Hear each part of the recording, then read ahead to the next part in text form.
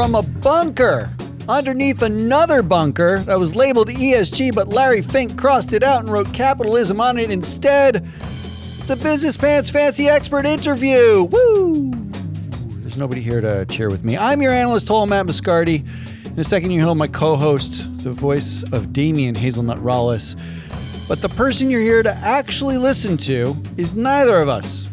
It's NYU Stern's clinical professor in awesomeness, Alison Taylor. Alison wrote a book called Higher Ground. It's coming out in February. This conversation, we cover corporate ethics, transparency. We're going to sniff some bullshit. We're going to sniff some more bullshit. Then we're going to sniff a little bit more bullshit. But enough from me. Here's our conversation with the queen of corporate ethics, Alison Taylor. We are with Alison Taylor, the author of Higher Ground, How Business Can Do the Right Thing in a Turbulent World, which actually comes out in February of next year, which makes me feel incredibly special because I've read the whole thing already. Like, that's never happened to me in my life where someone was like, here. You've read a whole book? I read that's never happened. I've never read a book. She's also the clinical professor at NYU Stern School of Business. And I'm crib noting here, but I wrote as like my note for you, Alison, teaching corporations how they can unfuck themselves ethically. That's basically kind of the tenor. Is that accurate? Yes. Is that an accurate description? That is accurate. That is about my starting point, is that we have, yes, corporations have painted themselves into a very interesting corner that they are struggling to get out of, and I'm trying to provide a way forward from the morass. I would describe it as a morass that we are in. I like you already. Yeah, much more diplomatic than I am. Also is executive director at Ethical Systems, which is I didn't know it, but is arguably the largest group of smart people that I've ever seen in my life. I mean, it's basically like 24 professors who all are the most qualified human beings on the planet to talk about ethical systems. I want to start with the fact that your bio, like that I read, doesn't do justice to the bio.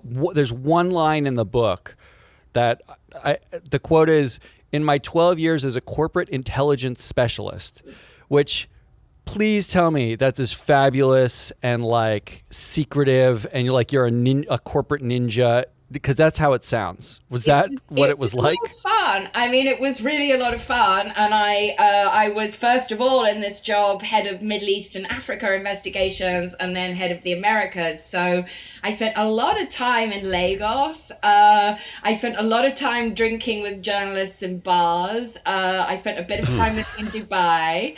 And I guess at the end of the day, I'm incredibly nosy and I like to gossip. So if that is your interest, this is the perfect job. I really had a lot of fun. Yeah. You sort of described ESG data, really. Yeah. Gossiped and nosy. Yeah. Well, I mean, sort of. Actually, the book is full of like these story nuggets that are amazing. The most damning one to me was the Nizaki story, which I'm sure I might be saying it wrong. But there's like quotes in there like about how one immediate problem we faced was that compliance teams were asking questions that were somewhere between difficult and impossible to answer, and then goes to, there's simply no neat paper trails. The long nights I spent in hotel bars with well-connected sources usually raised more questions than they answered. It really does sound like you're wearing all black, like rooting through the trash of like supply chain to figure out who owns this company. It has been known. It was known. Yeah. I mean, that was how I spent my time. This was something that, it was an industry that in the 90s was pretty sleazy. It was like black ops and counterintelligence. And then after 9/11, everybody started to get obsessed with corruption and terrorist financing and money laundering, and the industry pivoted to investigating corruption. But I think this is obviously salient to how I approach questions of ESG more recently, because this is where I developed my nasty, suspicious mind and not believing anything anybody tells you. So that proved to be a very useful mindset when I moved over into sustainability. But it also, when I moved over into sustainability, sustainability raised a lot of questions about what corporations were up to, because there was this very siloed approach between all the nice stories we tell in sustainability about the wonderful things we're doing, and then what was actually happening when I was working with the lawyers. So wait, so were there actual elements of danger, of physical danger?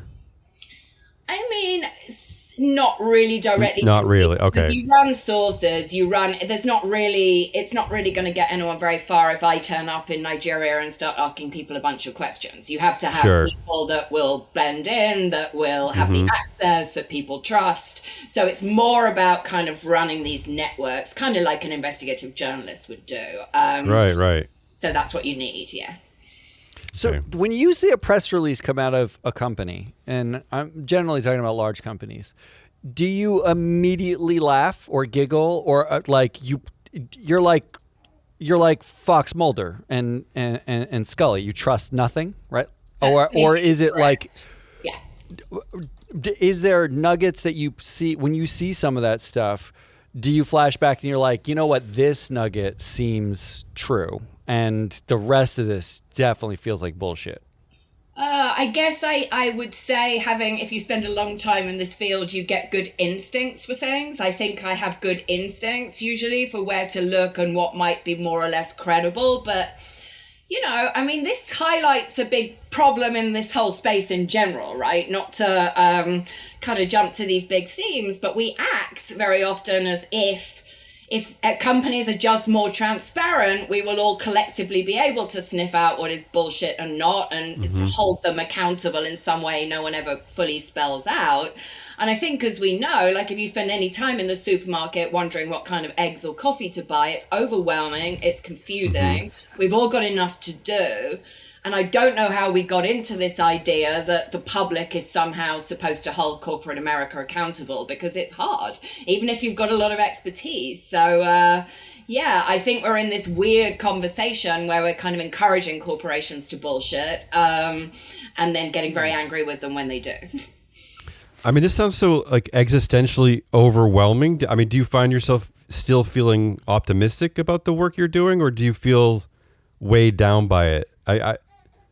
Damien's been depressed recently. No, I mean I have, but that's beside the point. I'm just saying, I think when you take in the world with a healthy intellectual skepticism, is it not a bit overwhelming at times because you're doing the thing that I think is appropriate. You are taking in corporate info with a grain of salt, right? But I think you speaking to something very important, which is one of my struggles here with this company, is that your average person has decided that they know they probably should do what you're doing and think of it the way you're thinking, but they feel too overwhelmed by the idea of walking through life really smelling out like the truth constantly, right? So it just to me it just feels like an overwhelming thing in general, but I don't want to speak for you.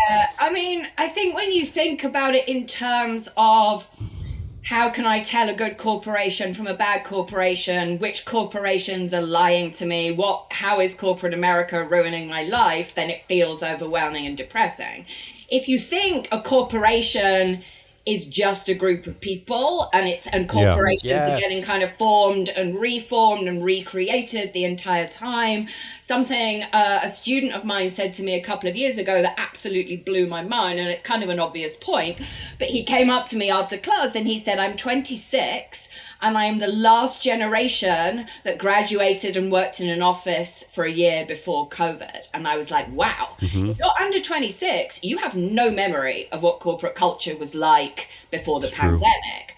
So there are all these people coming into organizations with new expectations and new ideas and new views of leadership, and corporations are changing. I think it's depressing if we think of them as these kind of evil black boxes or sort of psychopathic people.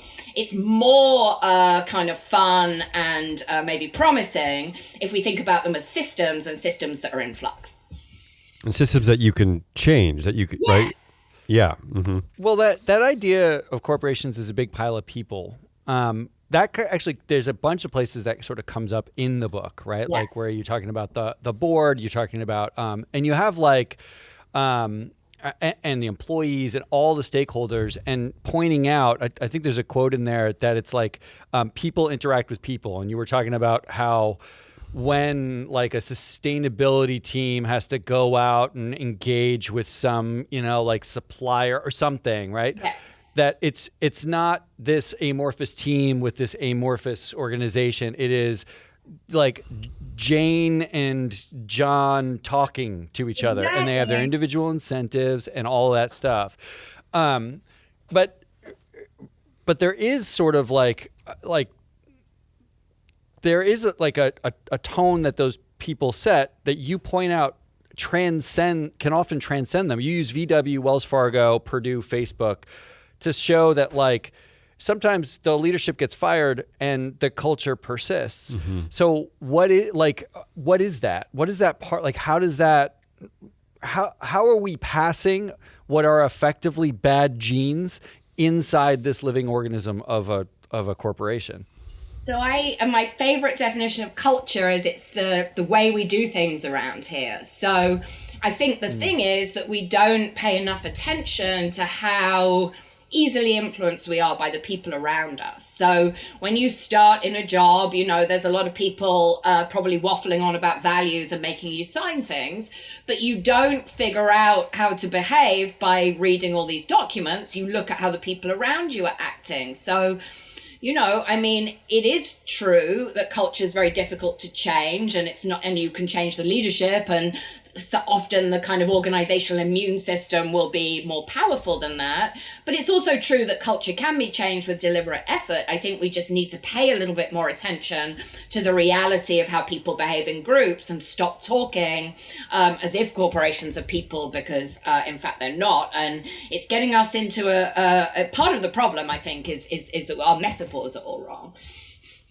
Yeah, to me, I mean, what you're talking about really speaks to the problem that we've given management itself, and maybe you include the board with that, way too much power over the identity of the corporation, right? And I don't know that was always meant to be the case, but it's just sort of what's happened, right? So none of the other stakeholders drive the identity of these corporations anymore. It only seems to be in the hands of this very select, powerful few.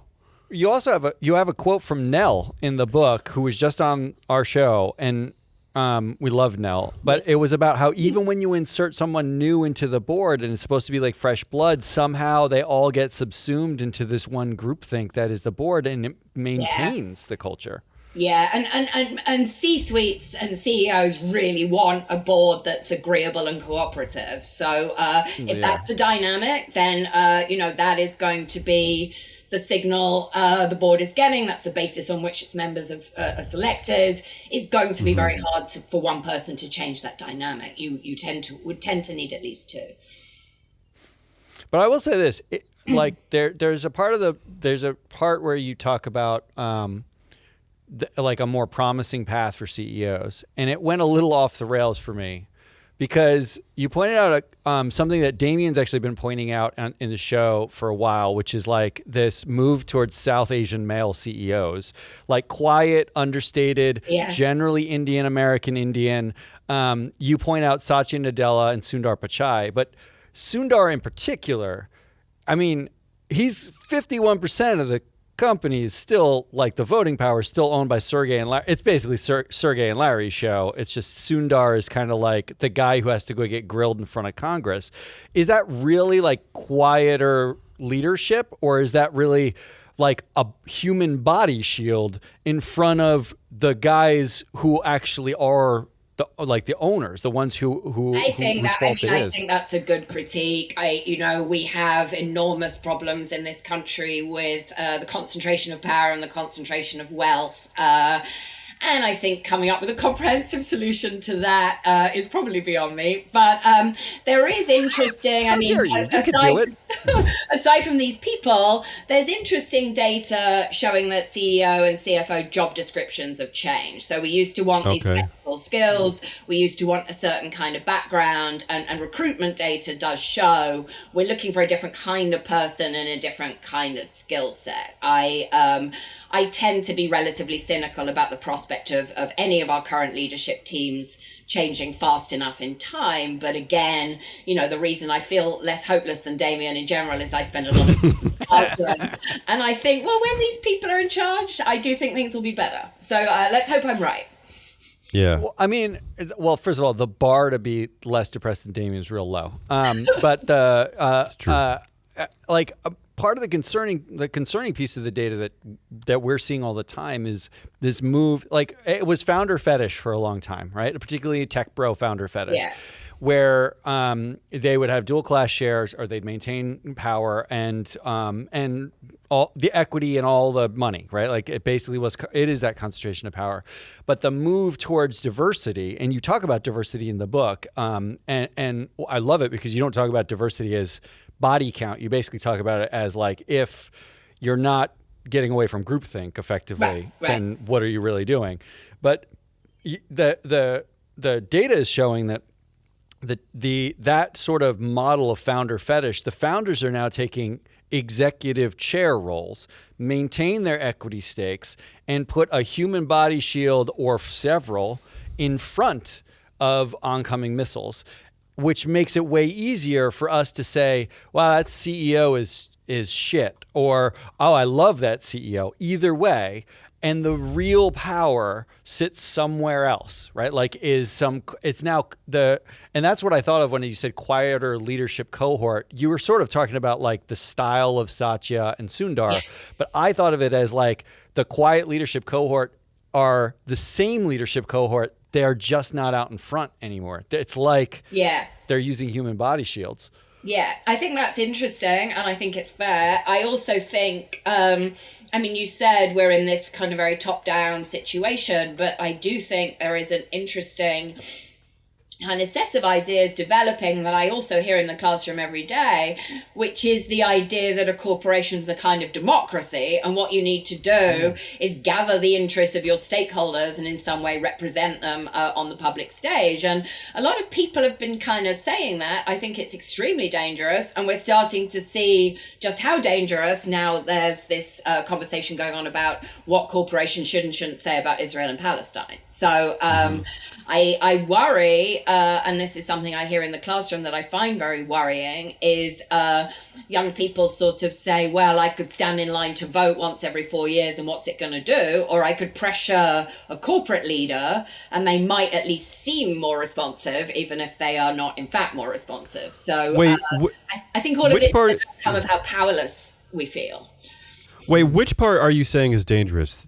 I think the notion that a leadership team is somehow representing the views of its stakeholders in some way is dangerous. Okay. Corporations aren't designed to do that. They're not designed to represent the majority opinion of their stakeholders. And I hear a lot of this kind of rhetoric out there, and I think it's mainly worrying because it takes energy away from the political process. So you're saying that since they're really there to represent the shareholder, that we're confusing what they're really there for, and that I'm not sure they're there to represent the shareholder. I think they might be there to represent themselves, right? Well, clearly in America they are, yeah. But I think in other places too. I think the idea of this shareholder, if they were there to represent the shareholder, you'd have boards that were independently chosen and that would hold management accountable, and the shareholder would say, you represent us, right? Like, you have to do what we say. That's how the system is created. That's how it was designed. But what you actually see is that the CEO and the management team choose the board. They all get rubber stamped at a 96%. I think they largely represent themselves, not even the shareholder. And I think the central tension of the book, I think in many ways, which, by the way, is an excellent book. I've read a lot of these kinds of books, and this one's really good because it's very practical. But the central tension is like, you have these stakeholders that are amorphous, and you make them less amorphous by talking about who they really are, and the incredible, untenable variety of views that they're going to have. Yeah. And that comes head on with the incentives and the people who are in a position to represent or make change. And that tension just plays out everywhere. It's like it plays out on the ground, to your point, in the Middle East or in Lagos or in a hotel bar, and it plays out Twitter. Right. Right. And it goes back to this where we started the conversation, right, which is the gap between what companies say and what they mean. And even the way of framing that suggests there's a single brain making a decision, which isn't true. But the problem, I think, or part of the problem is whether, and we could argue all day about whether these leaders quote unquote mean it or not, but they changed their rhetoric. They used to say shareholder value and don't break the law. We are politically neutral. We don't get involved in these controversial questions. Starting in around 2016 to 2018, they start to say, well, no, now we also need to be socially responsible and represent and balance the interests of our stakeholders. You don't have to have meant that to have opened up an enormous space of debate and contention and pressure and rhetoric and expectations. Yeah. And whether they meant it or not is kind of beside the point. They've opened Pandora's box, and now there are all these stakeholders yelling at them, and they can't really put Pandora back in the box and say, sorry, we didn't mean it. We were just trying to drive shareholder value by making a lot of convenient noise during the Trump administration. Yeah, see, can I just say, I agree with you in principle, but I think there's like another thing going on, which is I think we're talking mostly about American companies, right? Am I wrong about that? Yeah. So the other thing going on in America, and this has certainly happened like very steadily since like the Reagan administration, is that, especially compared to the economies of say Europe or Canada, is that people here have basically get nothing from their government anymore, right? We don't get health care in the book. Yeah. We really get nothing. 100%. And I think it took us 20 years to realize as a people that, look, I mean, it's our corporations now giving us the benefits that we should be getting and that you're getting in France or Canada. So we kind of have to turn to our corporations and right? And be like, help us out more. Very directly, that we've turned to corporations because we're desperate and we've got nowhere else to go. There's an even greater irony, of course, which is that these corporations have in many respects spent 20 or 30 years undermining social services, the health system, the education system, any prospect of regulating climate change, any effort to deal with inequality. So they've spent their whole time lobbying in what they felt or believed at least was their short-term self-interest, with the deeply ironic consequence that now all these policy problems are dumped in their laps.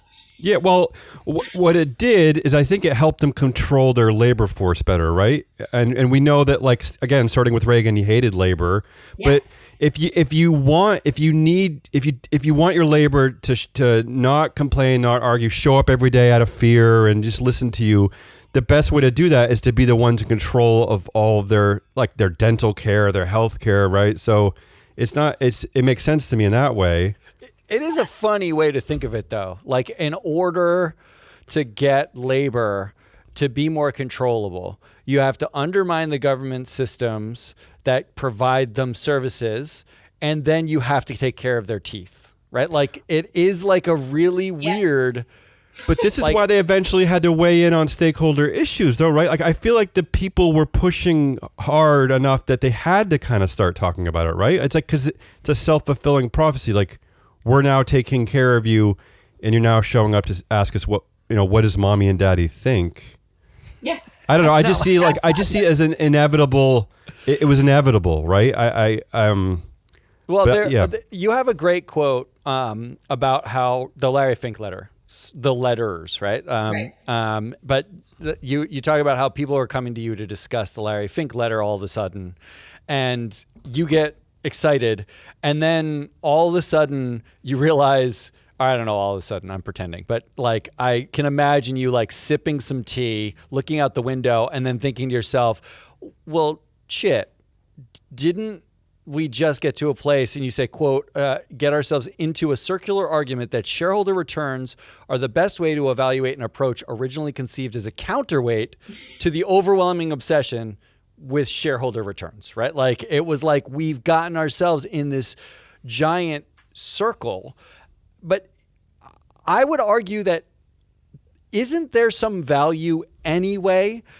Because the corporations opened Pandora's box and they didn't mean it to be anything other than shareholder returns. Right. They just were, it was basically a way for them to position themselves to sound like they cared about you while getting the shareholder returns. 100%. It's also been a catalyst for more action than prior to that, because we used to make fun of BlackRock for not voting on anything in the ESG world. Right. And then they started voting on stuff. Now they're not voting on it again because the conservatives in this country, because we're full of idiots. But it did do a thing, at least temporarily. Isn't there some value to it in that way? To ESG, you mean? Oh, I mean, to like this notion of stakeholder capitalism that like, even if it was like opening Pandora's box and now they're providing us all these services, the pressures on them. Yeah. I mean, the data you get from them and the action you get from them has been something. I don't think there's, I guess people do debate this. I don't think there's that much debate that the singular focus on shareholder value has run out of road. There's clearly enormous mounting angst for very good reasons that's really a result of us treating negative externalities as irrelevant to corporate value. That's become unsustainable. The question is, what do we do instead and how do we do it? And, I think one of the bigger problems to this point about companies now taking on policy problems is that we've got all this rhetoric about how corporations are going to solve inequality and the healthcare crisis and provide education and so on. And we're not paying attention to how they are interfering with the political process on the back end to ensure that we don't really get access to any of these things. Well, so the rhetoric wouldn't be a problem if we were encompassing influence on in the political sphere. The problem is split screen approach. Well, could we solve that with the same mechanism? Could we try to open disclosure on that end too and include that in the ESG data pile? And let's talk about the disclosure issue, because it's very prominent in the book. The recognition that disclosure isn't the solution, right? And the double-edged nature of disclosure. Yeah. Why is it not the solution? Damien is full transparency, he's all the way at the other end of the spectrum. Make everybody do stand-up comedy routines and record them and then make those public, that kind of thing.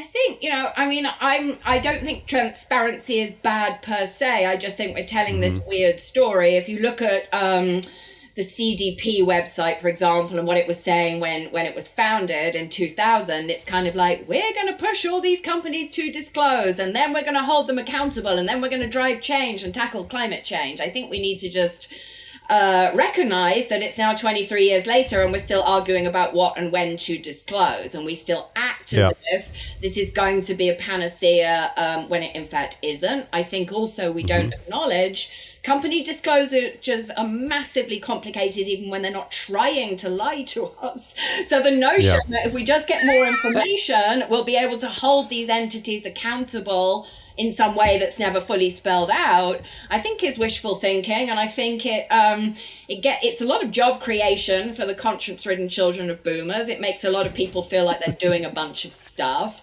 But when I look out there, I'm like, wow, there are a lot of people working on information and not a lot of people working on actually changing anything. So that's what worries me about this. We treat it as a solution, it isn't. I agree with you, but I wonder, is there not an unintended consequence to asking anyone to disclose anything about that? Like, if I had to disclose my relationship history to everybody when I met a new partner, wouldn't it kind of make me a better partner to the next one? Like, if I had to admit some of the stuff that I did wrong, and you know what I mean? I just think that and then no one would date you. That's okay, but that's fine. But I'm just saying, is there not a positive unintended consequence that by making companies just tell us who they are to the best of their ability, that as a society we're at least edging towards more proper behavior? I don't know. I mean, maybe I'm Pollyannish about this. It certainly puts in place a lot of very expensive efforts by companies to tell us who they are. I'm thinking about the recent Apple ad, and I just don't even know. Sure.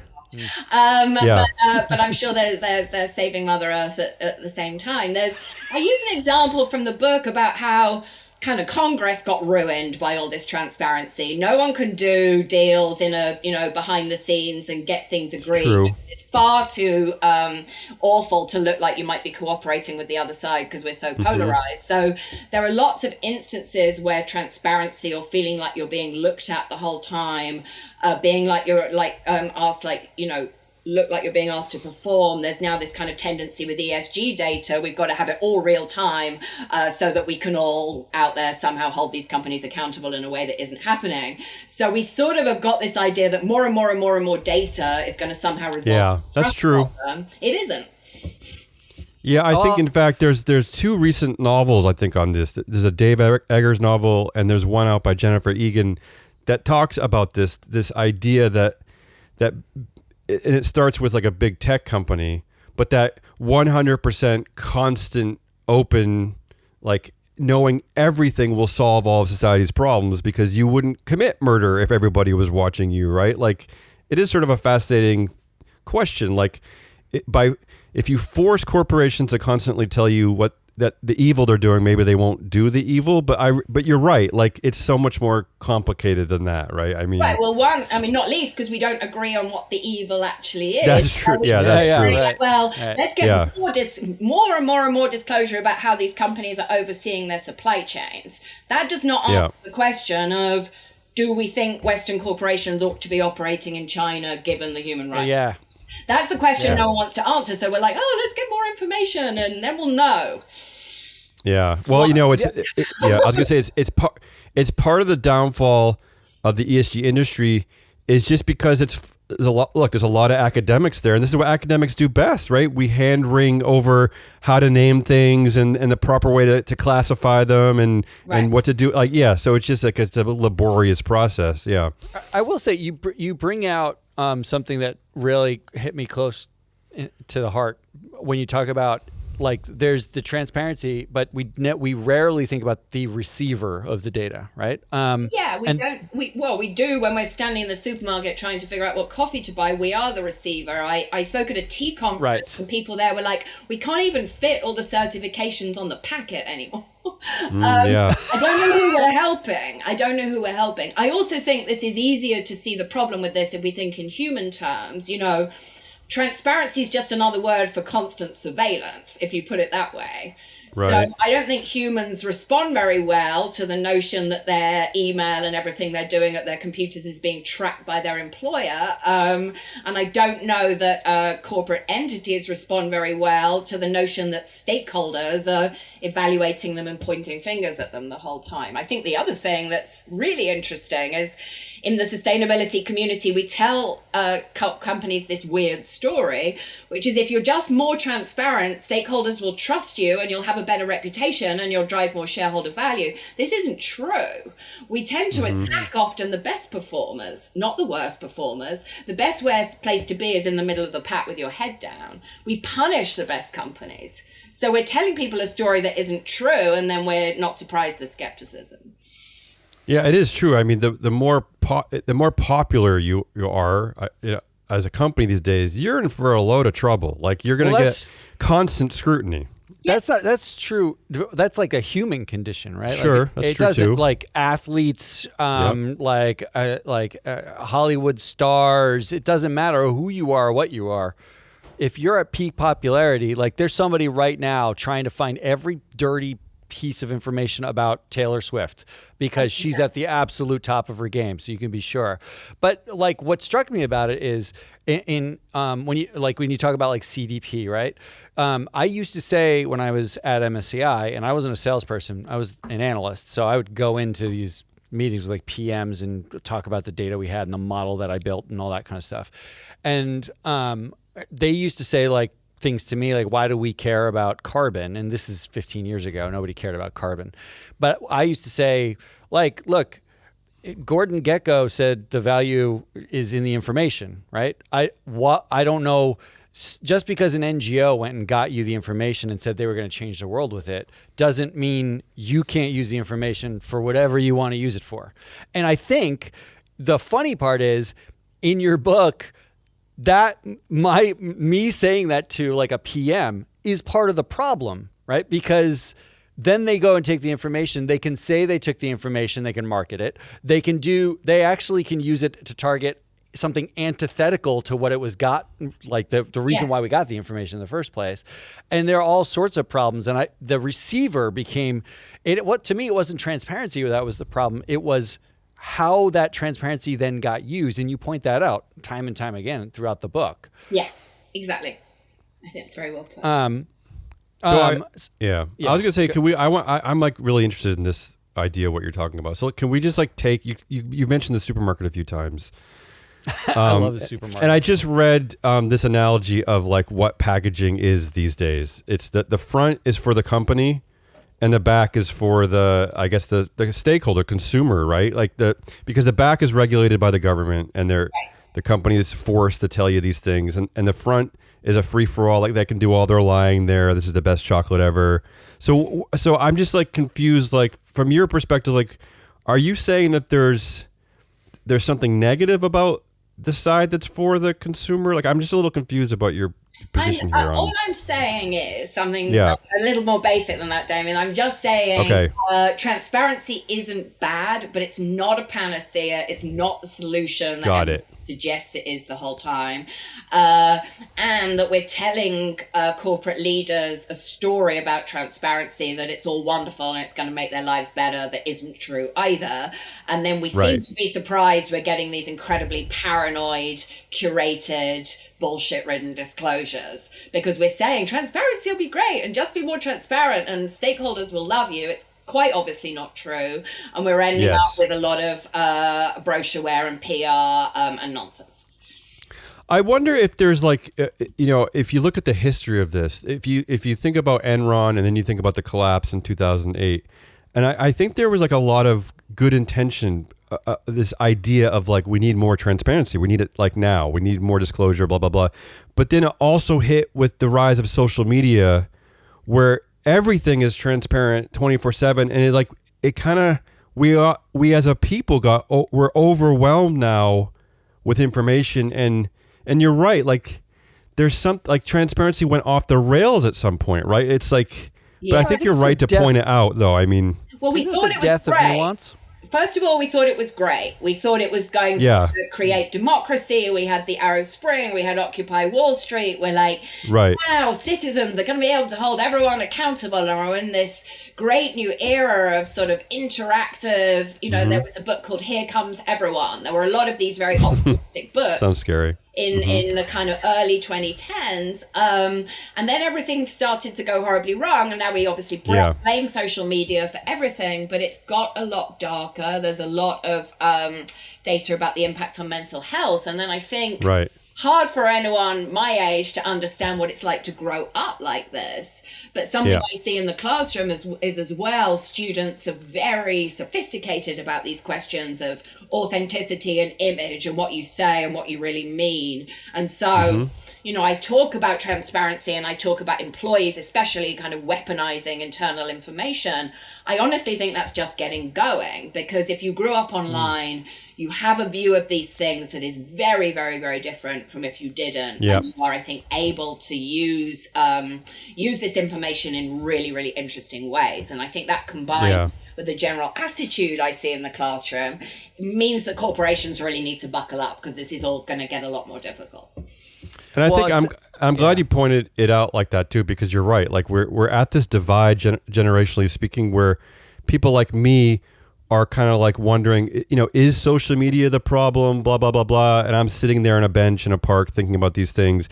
And you're right. The new generation, they're not wasting their time with that thought. They're like moving ahead at breakneck speeds, just dealing with what is, right? So I'm glad you kind of pointed that out. Even the idea that you and I might have that there's the real world and then there's the online world, and there are two different things. Yeah, that's not a thing. There's that distinction.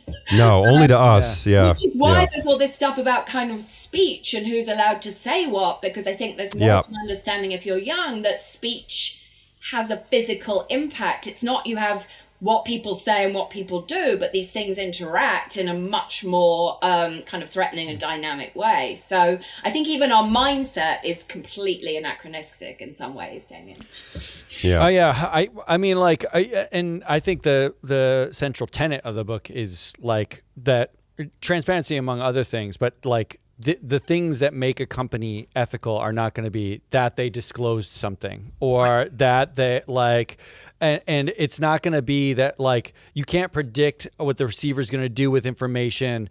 That you exist in China is not ethical or not ethical. It is a question that you need to like. Yeah. You need to understand. Like you need to actually measure, understand, engage. And I actually think the book, I think it's in the conclusion, the quote I pulled was, an avowal of purpose can be considered a public declaration of a company's superordinate goal, why it deserves to exist. And to me, like that is the point, right? Like all of the things we were talking about, disclosure, they do these purpose statements and vision statements and like, let's go hug each other. Like all those public declarations are what the current generation, the kids in your classroom, what even ESG people, I know you don't like the ESG data people that well, not the people, but the ESG data that much, right? Maybe the but people. like everybody's taking the same data sets and they are effectively asking the question, should this company exist? On one hand, will it exist from a capital markets standpoint? Well, and on the other hand, should it exist from a social, ethical, purposeful standpoint? Like, what's it give me? Yeah. Look, I think we're at the 40-minute mark, and I think See, I'm just getting started. I know. I feel like I need like 2 or 3 more hours here. Damien's gonna show up in your class. Like, Yeah, he's gonna be, actually, like, sure. sitting Why in the not? Why not? He's gonna be sitting in the back. This is awesome. Are there any parting thoughts that you want somebody who hasn't read the book? Because you know, like we're not multinational corporations, right? Like we're just people. I mean, I suppose. And we read it, and I love it. Thank you. If I had a one-liner, I would say, you know, we've lost sight of what it means to be a good business in the 2020s. But you said it's a book about unfucking corporate ethics, and I now prefer that much more. So that's what I'm going with now. So thanks for helping with my book launch, and an absolute delight to talk to you both. Can I just be a quick pain for one more minute? Sure. I'm sorry. I ask the go ahead. But I gotta ask, like, how do you define what is good? What is a good corporation? I mean, do you have a definition of that? To just Alison, right? I just say. Well, I don't know. Maybe not just to you. Yes, Alison, I want to hear what you think, but to the broader world too. Exercise some practical curiosity about your impacts on human beings and make a best possible effort to do no harm and clean up your own mess before you start trying to solve any big problems. And do you think there's a way to measure that, or should we even ask that question? Is that a dumb question?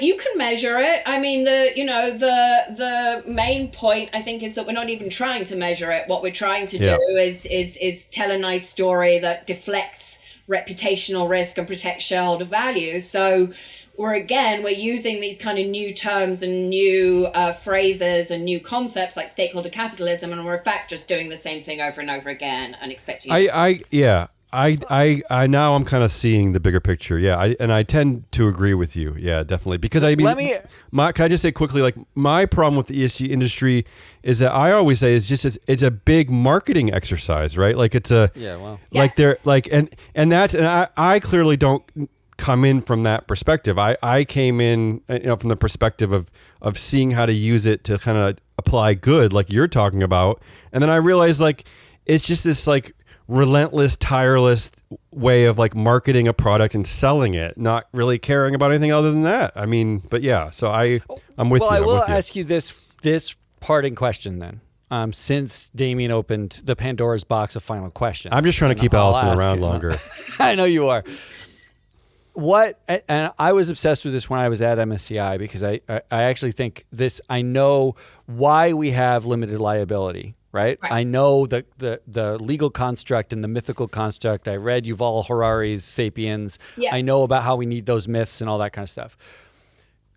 Do you reintroduce ethics as soon as you reintroduce liability, though? I think to some degree. It depends if you think the legal system reflects the state of social norms at any given time. I tend to think that is lagging, and that the mechanism to translate social norms into legal controls is sort of broken. Honestly, that's the perfect answer. That is Alison Taylor. The book is How a Higher Ground, How Business Can Do the Right Thing in a Turbulent World. It comes out February 2024. Thank you so much. If when you're up for it again, we'll have you back on, and Damien can talk. I could do this forever. For 6 hours. I'm like locked into this conversation. Yeah. That's it. A huge thanks to Alison for enduring our never-ending rambling incoherence and making us ever so smarter. We'll be back again with a Business Pants Friday show wrapping the week tomorrow. But in the meantime, go pre-order the book, Higher Ground from Alison Taylor. And until tomorrow, goodbye.